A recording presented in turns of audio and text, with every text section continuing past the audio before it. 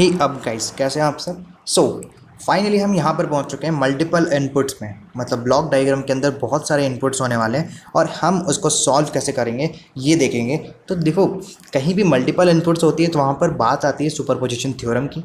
अब यहाँ पर हम डिटेल डिस्कशन नहीं करेंगे सुपरपोजिशन थ्योरम का। हम यहाँ पर समझेंगे कि कैसे हम ट्रांसफर फंक्शन निकालें मल्टीपल इनपुट सिस्टम्स का सुपरपोजिशन थ्योरम यूज़ करके। ठीक है, क्वेश्चन ध्यान से देख लो। पहले इस क्वेश्चन को ध्यान से देखो, इस चीज़ को, इस ब्लॉक डायग्राम को ध्यान से देखो और आपको ध्यान से देखने में एक बात समझ में आ गई कि यार ये देखो, WS एक इनपुट है और एक RF एक इनपुट है। ठीक है, WS एक इनपुट है और एक RF इनपुट है। ठीक है, चलो ओके।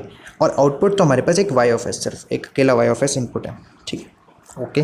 तो देखो क्या करना होता है। तो यहाँ पर अगर मैं एक इनपुट का रेफरेंस लूँ, लेट से कि मैंने RF का रेफरेंस ले लिया, तो मेरा ट्रांसफर फंक्शन क्या हो जाएगा, आउटपुट अपॉन इनपुट। आउटपुट क्या है, Y अपॉन इनपुट क्या है, इनपुट RF,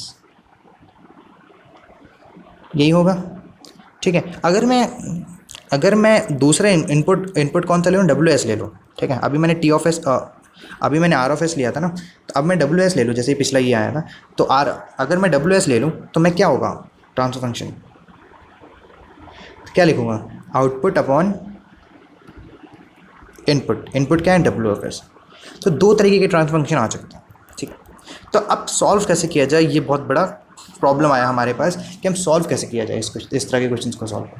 तो देखो, इस तरह के क्वेश्चन को सॉल्व करने का क्या तरीका होता है कि सबसे पहले आपको जो भी इनपुट्स लगे हैं, जितने भी इनपुट्स हैं सबको हटा दो, एक इनपुट्स पे भी डील करो। क्या बोला मैंने, एक इनपुट्स पे डील करो।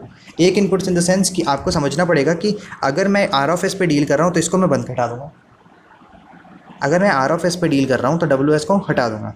ठीक है, तो इसको हटा दिया मैंने, तो मेरे पास सिर्फ इतना ही सिस्टम बचा और उसका ट्रांसफर फंक्शन निकाल दूँगा।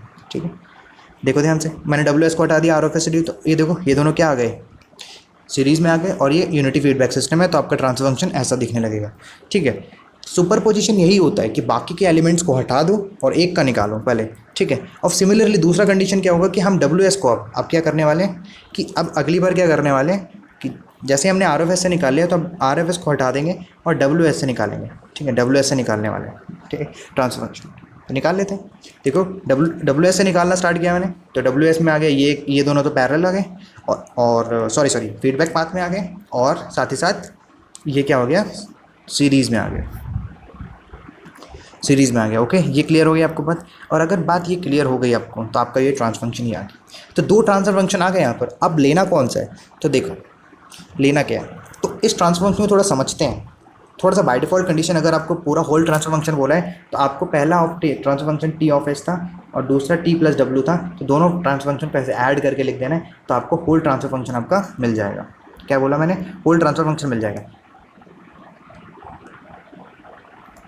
ठीक है, लेकिन ज़रा अगर मैं इस ट्रांसफर फंक्शन को एनालाइज करूँ, TWS को और T को, ठीक है, तो D जो है कंट्रोलर ट्रांसफर फंक्शन है। क्या बोला मैंने, अगर D है तो कंट्रोलर का ट्रांसफर फंक्शन है। Ultimately we determine this, we have control over T and TWS। मतलब हम कैसे कह सकते हैं कि सुपरपोजिशन थ्योरम यहाँ वैलिड है, हम ऐसे कह सकते हैं कि यार D जो है ना, वो कंट्रोलर का ट्रांसफर फंक्शन है। कंट्रोलर क्या होता है, देखो कहाँ कंट्रोल लगा हुआ है, ये कंट्रोलर है यहाँ का, और तो कंट्रोल तो दोनों को कर रहा है, दोनों इनपुट्स को कंट्रोल कर रहा है, क्योंकि हमारे पास D दोनों ट्रांसफर फंक्शन के अंदर है। देखो यहाँ पे भी D है और यहाँ पर भी D है, तो कंट्रोल का ट्रांसफर फंक्शन सेम है, इसलिए हम कह सकते हैं कि यार यहाँ पर सुपरपोजिशन थ्योरम वैलिड है। ठीक है, अनटिल अनलेस हर जगह वैलिड होती है सुपर ब्लॉक डायग्राम रिडक्शंस में, आपको इसमें परेशान नहीं होना है कि कहाँ वैलिड है। ठीक है, अब what do we want these to be बी, कैसा हम समझे, तो देखो T जो है ना, डिज़ाइन T का डिज़ाइन जो है डिज़ायर्ड परफॉर्मेंस देता है, और TWS का डिज़ाइन जो है डिस्टर्बेंस रिजेक्शन देता है। ठीक है, ये बात अब एक्स्ट्रा में वाइवा में आपको काम आ जाएगी जब आपका प्रैक्टिकल का वाइवा होगा। ठीक है, तो अगर आपने बोला जाए कि मल्टीपल इनपुट्स का ट्रांसफर फंक्शन क्या क्या देता है, तो आप बोलोगे जो T का डिज़ाइन जो है वो परफॉर्मेंस देता है, क्योंकि डायरेक्टली T जो है ना ब्लॉक्स में आ रहा है, कंट्रोलर्स में आ रहा है ना, तो इसलिए इसका परफॉर्मेंस होता है, डिज़ायर्ड परफॉर्मेंस देता है हमें, और TWS देता है डिस्टर्बेंस रिजेक्शन। ये डिस्टर्बेंस रिजेक्शन के लिए दूसरा इनपुट दिया हमने। ठीक है, ये वही बात हो गई कि आपको कोई सिस्टम है, उसके अंदर आपका इनपुट तो जा ही रहा है, साथ में साथ हमने अपने नॉइज़ भी डाल दिया है, तो दो इनपुट्स हो गए आपके, तो फिर से हमारा सिस्टम पूरा चेंज हो जाता है। ठीक है, this is all about the multiple input system. तो यहाँ से हमारा ब्लॉक डायग्राम ख़त्म होता है। मल्टीपल इनपुट्स बहुत रेयर है आपके क्वेश्चन आते हैं, लेकिन आ गया तो आपको करना आना चाहिए और बहुत ईजी होता है। ठीक है, चलो फिर मिलते हैं नेक्स्ट लेक्चर में। नेक्स्ट लेक्चर में हम सिग्नल फ्लो ग्राफ स्टार्ट करेंगे, सिग्नल फ्लो के ग्राफ की कंडीशंस देखेंगे, चेक करेंगे जैसे हमने ब्लॉक डायग्राम देखा है सिस्टमेटिकली। ठीक है, मिलता है फिर। ओके।